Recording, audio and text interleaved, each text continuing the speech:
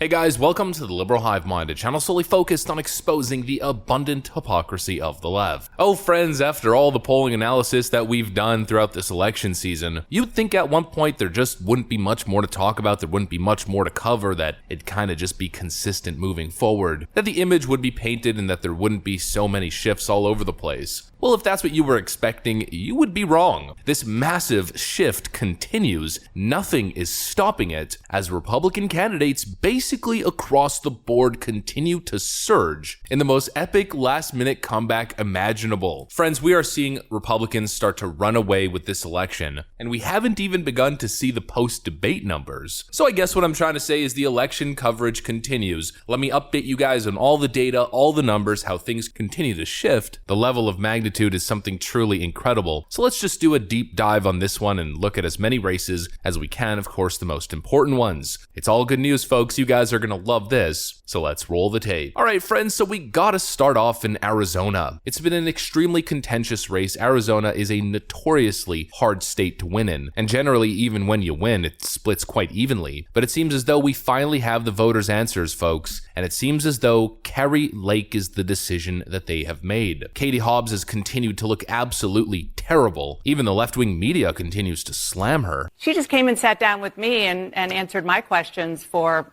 a lot of minutes. Yeah. A lot of Democrats are questioning your decision, and they're saying, you know, it's the wrong decision. President Biden's former 2020 co-chair said, I would debate and I would want the people of Arizona to know what my platform is.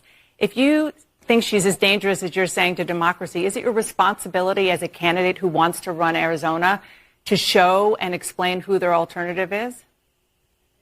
That is exactly what I'm doing right now. And there is a lot more ability to have a conversation with you without her interruptions and shouting to do that. Katie Hobbs has looked absolutely awful this entire process, like a total coward. The viral Katie Hobbs moments don't stop piling up, like this one, for instance. We tried to get comment from Hobbs after her solo PBS interview, but she wasn't available. Katie Hobbs wasn't available, apparently. But I mean, if you watch the video really carefully, Katie Hobbs was unavailable. When she's literally right there in the elevator, she's just clearly running away from the media. She continues to say in all of her interviews that she's not avoiding debates, she's not avoiding having to answer questions. She wants to address Arizona voters directly, and then every single time she has an opportunity in the media to get her ideas out there, she runs away like a damn coward. I don't think that's what voters are looking for. I mean, the whole premise, the whole point of being in government is tackling issues and challenges head on, and Katie Hobbs' track record is running away from problems. It's just not a good look. And on the back of that, I mean, Kari Lake is running away with this one, folks. Truly incredible stuff, but take a look at this Insider Advantage poll. Kari Lake now leading Katie Hobbs by 11 percentage points at 54% support before the election, not even counting undecideds. There's a chance that Kari Lake wins 55% of the vote and maybe even higher. I mean, she has absolutely dominated this race from start to finish, and the proof is in the pudding, folks. As you guys can see, she is running away with this election, and it's having a trickle-down effect. Blake Masters in this poll down 2 points. The Arizona Senate ratings change from Politico and Cook Politico report, now from lean Democrat to toss-up territory, and probably even more stunning than all, the most recent Data for Progress poll, which is a Democrat poll, now has Blake Masters in a direct tie with Mark Kelly at 47 apiece. With 4% undecided and all the other factors included, it seems as though Blake Masters is running away with this one as well. And for the first time ever, the RCP average now has Blake Masters projected to win this election, considering historic polling inaccuracies. And that's just the polling inaccuracies, not even counting the current GOP favored environment. It's looking real good for Republicans, folks. I mean, the numbers don't lie everywhere you look. If we move to Georgia in early mid-October, it looked like Herschel Walker was tanking in the polls. Well, already the race has flipped, and the two most recent polls are showing Herschel Walker with a healthy, sizable lead over Raphael Warnock. The Daily Wire Trafalgar poll showing him +2, the Rasmussen poll +5, and the coefficient poll showing him with a +3 lead as well. The betting odds have now flipped in his favor as well, with a net swing of 37 7 on the odds. And so when I say these races are flipping in unprecedented manner, I'm not exaggerating. Here's another great example. Take a look at the Real Clear Politics projection model in the 2022 Michigan gubernatorial election between Republican Tudor Dixon and Democrat incumbent Gretchen Whitmer. Back in early August, Gretchen Whitmer was supposedly winning by nearly 15 points, and that's accounting for the 5.1% underestimation of GOP candidates historically in 2016 and 2020. That number has now switched to Tudor Dixon +2. Take a look at the chart, folks. That is a huge shift, and that's only in a few months. This shift has been unprecedented. From all the polls maybe 2-3 months ago, showing massive Democrat margins of victories across the board in all the most important states, the most important races, to fast forward to now a couple weeks from election, huge, in some cases double-digit shifts towards the Republican candidates. And of course the macro shift, which continues to instill fear in Democrat voters' hearts. I mean, just take a look at the RCP average here, folks. It's red as far as the eye can see, except for, of course, the Economist/YouGov and Politico/Morning Consult polls, which funnily enough were both just showing last week Republican victory. In the Economist poll and then the Morning Consult poll was showing basically a statistical tie or a +1 lead for Democrats. Funny how in 1 week, both polls on cue, in synchrony, shifted 4 to 5 points for Democrats. Cue the push polls. And Politico/Morning Consult, or as Red Eagle Politics likes to call them, Morning Compost, well, they're still not filtering for likely voters and still releasing registered voter polls a couple weeks out of the election. Folks, when these Democrat push polls start releasing 5-6% 1 week swings towards the Democrats, you know that that's clear BS and a clear sign of total Democrat panic. Trying to fabricate some sort of shift towards the Democrat narrative, not happening. Clear outliers. I mean, remember when Nancy Pelosi said the New York Times poll was an outlier? Well, it doesn't exactly look like an outlier to me. In fact, it looks right within the trend. It's as red as the eye can see. And considering how these polls still underestimate Republican support, I'm telling you guys, if on election day, everything runs clean, Republican candidates like Tudor Dixon, Lee Zeldin, Blake Masters, Herschel Walker, Adam Laxalt, and even Don Bolduc might start running away with these races. I mean, call me an optimist, but I think at this point, Blake Masters has this one sealed. If Kari Lake is leading her opponent by 11 points, you mean to tell me that that's not going to have a trickle-down effect on the Republican running on the same ticket as her? I just refuse to believe it, folks. I think Arizona is going straight red. I think Georgia's going straight red. I think Nevada's going straight red. I mean, it just goes on and on and on. We are seeing a historic generational shift towards the right. That's the polling update that I got for you guys today. As you guys can see, it's all good news basically across the board. Many of these tight races are tight races no more. Kari Lake, of course, leading the charge. Democrats are going to need a very surprising, totally unexpected miracle to turn this one around. But it's all good news, and hopefully you guys enjoyed the video. If you did, please make sure to leave a like and possibly subscribe to the channel if you guys are up for it. I'm going to get back to work. Thanks for watching, and I'll see you on the next one.